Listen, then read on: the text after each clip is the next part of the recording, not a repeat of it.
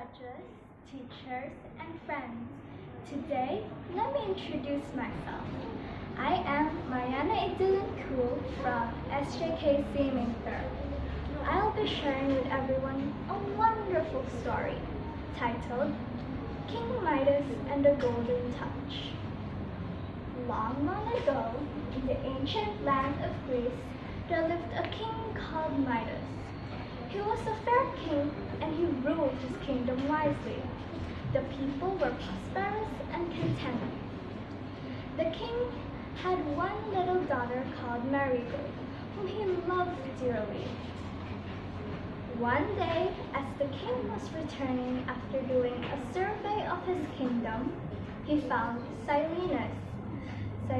He was the companion and tutor of god Dionysus, wandering alone close to the border. Silenus was god Dionysus' best friend. Midas brought him to his palace and treated him as a royal guest. When Dionysus realized his friend was missing, he set out to look for him. He was overjoyed to see Silenus being treated so well. He thanked King Midas for his kindness and granted him a wish. Midas was very excited. Trembling with excitement, he said, "Let whatever I touch turn to beautiful yellow gold. From sunrise tomorrow morning, your slightest touch will turn everything into gold." Dionysus granted his wish. Midas was very excited. He could barely sleep that night. At the break of the day, he jumped out of bed. The moment his feet touched the floor, it turned to gold. Then he touched his bed, pillow, and couches. Everything turned to gold. He rushed out of his palace straight to his garden, but stopped to pick a flower. It turned to gold. King Midas ran around the garden, touching everything he could see. The pebbles, the bushes, the fountain, everything turned to gold. As he was hungry, he hurried back to have his breakfast. The moment he raised a glass of clear cold water to his lips, it turned to solid gold. The bread turned to gold. Whatever he touched to eat turned to gold. He pushed back his golden chair in disappointment. "Oh, what have I done? How foolish I have been!" he cried. Just then, his little daughter came running into the room and gave him a hug.